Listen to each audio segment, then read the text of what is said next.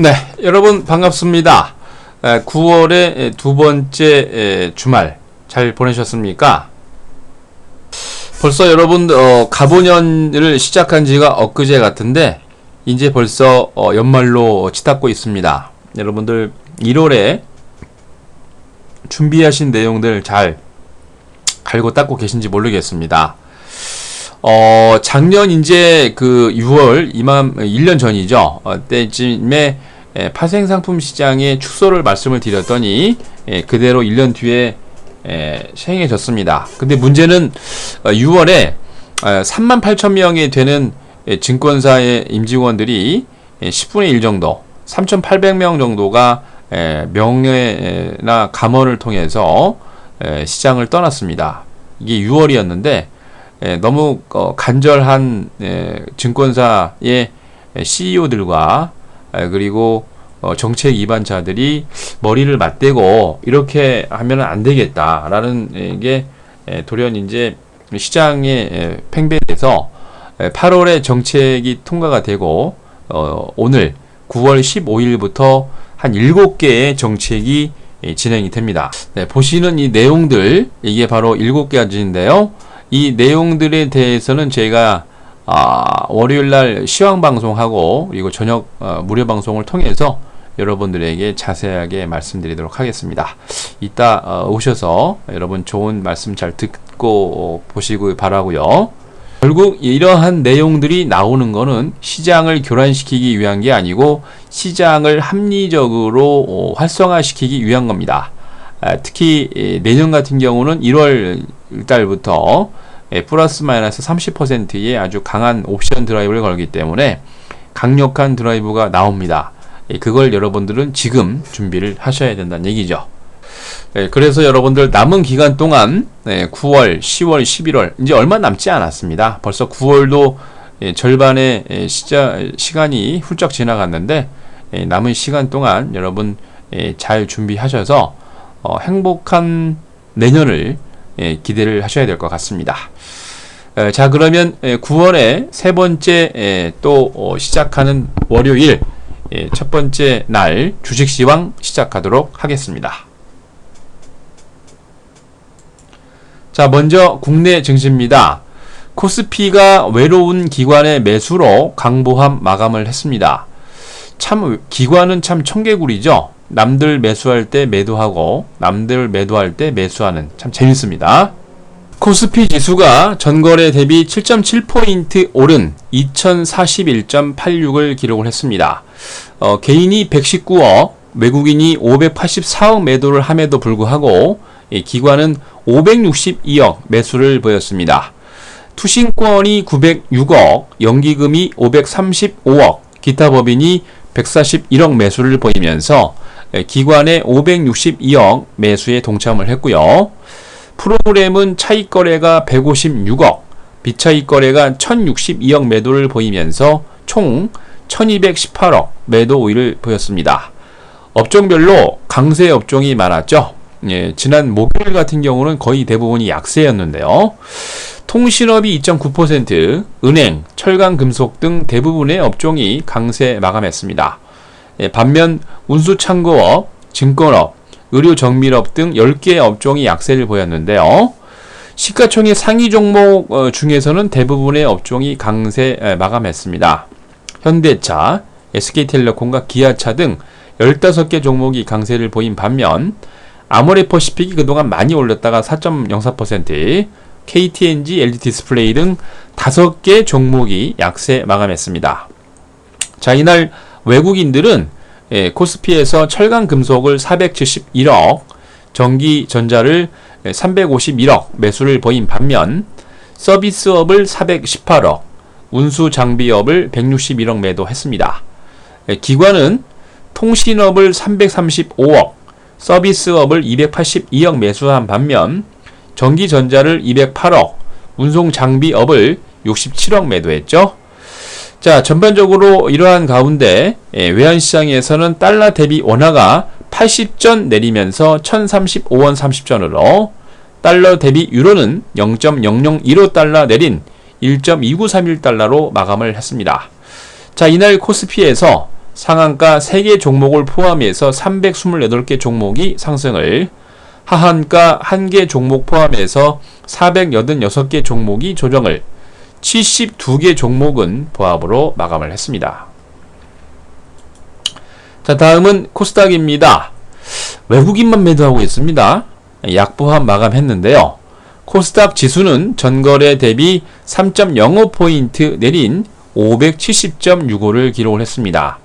개인이 411억, 기관이 137억 매수를 한 반면 외국인은 535억 매도를 했는데, 프로그램 매매는 비차익 거래 위주로 33억 매도일을 보였습니다. 대부분의 업종이 약세 마감했습니다.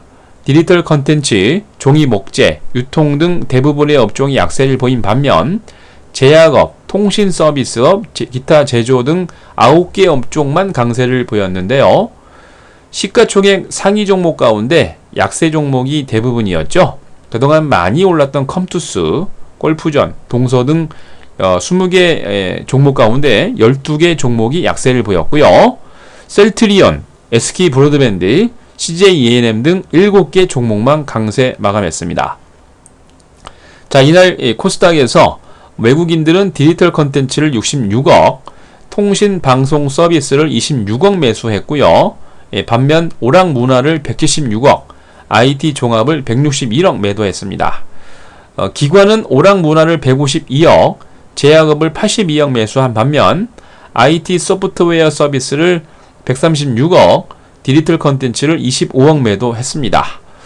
코스닥에서 상한가 9개 종목을 포함해서 370개 종목이 상승을, 하한가 2개 종목을 포함해서 563개 종목이 조정을, 70개 종목은 보합으로 마감을 했습니다. 자, 다음은 유럽입니다. 이번에는 또 미국의 금리 인상을 또 걱정을 하나요? 참 걱정도 팔자입니다. 여러분들 항상 걱정거리가 나올 때가 여러분들이 투자의 적기다 라는 것만 이해하시면 되겠습니다. 우크라이나 사태에 관련한 서방의 러시아 경제 추가 제재와 미국 연준의 기준금리 인상이 이 투자자들의 초미의 관심이 초점이 되고 있습니다. 유럽연합과 미국이 러시아의 대형 기업과 관료 24명을 상대로 추가 제재를 발효를 했습니다.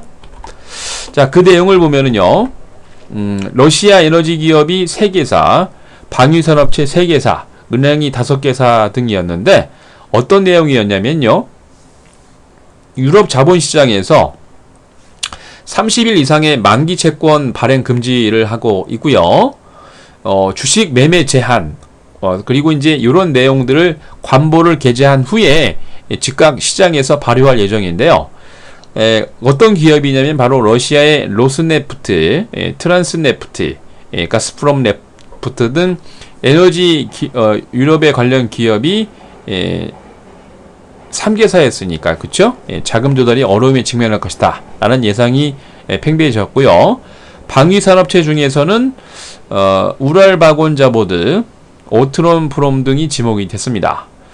그리고 이제 은행 같은 경우는 스베르방크, 대외무역은행, 가스프롬방크, 대외경제개발은행, 러시아 농업은행 등 5개사가 지원이 됐는데, 요거와 마찬가지로 EU에서는 우크라이나 동부 반군 지도자와 러시아 정부 그리고 기업인 등 24명을 EU 회원국 입국 금지를 시키고 자산을 동결을 시켰습니다.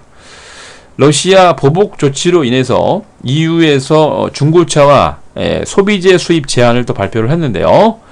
특히 미국의 8월 소미 판매가 7월 대비 0.6% 증가하면서 4개월 만에 최고치로 금리 인상 가능성이 또 미국과 유럽의 투자자들의 초미의 관심사인데요. 지난주 이제 9월 12일부터 이탈리아 밀라노에서 유로화를 사용하는 18개국 재무장관 회의가 진행이 됐는데, 유럽 중앙은행 총재와 각국 재무장관 등이 미팅을 하는데, 경기 부양을 위한 공조 가능성에 여러분들이 체크 포인트를 둬야 되겠습니다. 이런 가운데 범유로권 스탁스 유럽 600은 전거래일 대비 변동 없이 344.27을 기록을 했습니다. 영국의 뿌띠백만 올랐습니다. 7.34포인트 상승한 6,806.96을, 독일의 닥스30은 40.15포인트 조정한 9,651.13을, 프랑스 객사공은 0.80포인트 상승한 4,441.70을 기록을 했습니다. 영국의 로열 뱅크 오브 스코틀랜드가 독립투표 영향으로 1.07% 강세 보였는데, 로이즈 뱅킹 그룹도 0.7% 강세 보였습니다. RBS하고 로이즈 뱅킹은 당연히 스코틀랜드에 위치한 본사를 두고 있는 은행입니다. 덴마크의 인슐린 생산업체 노보 노르디스크가 개발 중인 비만약 평가기관의 호평으로 2.7% 강세 마감했습니다. 영국의 소프트웨어 전문 기업 아비바가 상반기 실적 악화 전망으로 무려 25% 이상 급락했습니다. 자, 미국이 초미의 관심사입니다. 과연 금리가 인상이 될까요? 글쎄요, 한번 지켜봐야 되겠습니다. 자, 우선 이제 미국의 이제 대부분의 투자자들이 연방준비제도의 기준금리 인상 시점에 초미의 관심을 두고 있는데, 이번 주 화수, 우리 시각으로는 수목이죠. 16, 17일 연방공개시장위원회 회의를 앞두고 경제지표 호조로 인한 금리 인상 여부에 집중이 되고 있습니다. 미 상무부는 8월 소매 판매가 전월 대비 0.6% 증가했다라고 발표하면서 4개월 만에 최대폭의 증가를 발표했는데요. 자동차를 제외한 소매 판매가 0.3% 증가했고요. 마켓워치 전문가 예상치 0.6%, 자동차를 제외한 소매 판매가 0.2% 증가했습니다. 이런 것들은 다 일치를 했는데, 6월에 소매 판매가 0.2%였던 것이 0.4%로 증가 발표를 했고요. 7월에 소매 판매는 변화 없으면서 0.4% 증가로 수정 발표했습니다. 8월에 소매 판매는 전년 대비 5% 증가하면서 자동차 판매도 1.5% 증가했고요. 지난 3월 이후 가장 큰 폭의 증가율을 기록을 했는데, 잡화점과 백화점을 제외한 전반적인 판매가 증가했습니다. 주요소는 유가 하락으로 인해서 조금 타격을 받죠. 미국의 9월 소비자 신뢰지수 예비치가 84.6으로 지난 2013년 7월 이후 최고치를 기록을 했습니다. 같은 기간 석유 수입 가격이 4.6% 정도 떨어졌는데 2개월 연속 하락세를 보였고요. 2012년 6월 이후 최대 낙폭을 기록을 했습니다. 당연히 미국이 수출을 하려고 그러는데 석유 가격이 올라갈 일이 없겠죠. 석유를 제외한 수입 물가가 0.1% 증가했고요.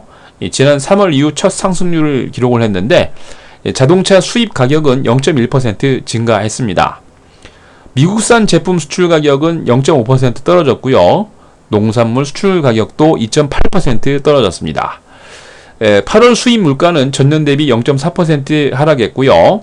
석유를 제외한 연간 수입 물가 상승률은 0.7% 증가했는데 지난 2012년 5월 이후 가장 큰 낙폭을 기록을 했습니다.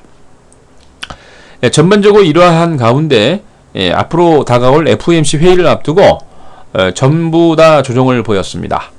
다우가 61.49포인트 조정한 16,987.51을, S&P 500은 11.91포인트 조정한 1985.54를, 나스닥은 24.21포인트 조정한 4567.60을 기록을 했습니다. 20개 업종이 상승을 하고 98개 업종이 조정을 보였는데 12호의 10년 만기 국채, 3년 만기 국채, 5년 만기 국채가 올랐기 때문에 당연히 수익률이 올리면 국채 가격은 떨어지는 거죠. 다우존스 30개 종목 가운데 상승이 5개, 하락이 25개였습니다. 골드만삭스 그룹, JP 모간 체이스, 맥도날드가 가장 강력했고요. 나스닥의 100종목 가운데서 상승이 18개, 하락이 81개였는데 캘리포니아주 써니베일에 위치한 인터넷 기업 야후가 3.9%로 가장 강했습니다. 매사추세츠주 플라밍햄에 위치한 사무용품 제조업체 스테일풀스가 3.4% 강세 마감했습니다. S&P 500 종목 가운데 상승이 99개, 하락이 384개였는데 미네소타주 리치필드에 위치한 소매업체죠. 베스트바이가 3.45%로 강한 모습을 보였고요.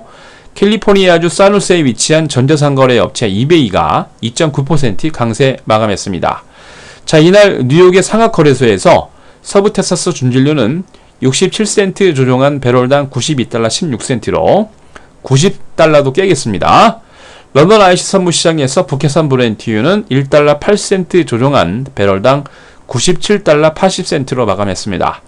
금선물 가격은 9달러 75센트 조정한 1231달러 50센트로 온스당 마감했습니다.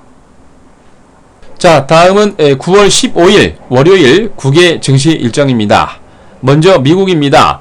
9월 엠파이어 스테이트 제조업 지수, 8월 산업생산 설비 가동률 발표 있습니다. 자, 일본은 경로의 날로 휴장을 하고요. 유럽으로 건너가서 EU에서 7월 무역 수지, 영국은 9월 라이트 무브 주택가격 지수 발표 있습니다. 자, 다음은 9월 15일 월요일 국내 증시 일정입니다.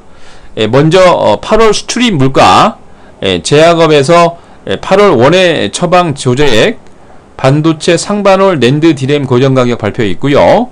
KT 올레 국제 스마트폰 영화제가 진행이 됩니다.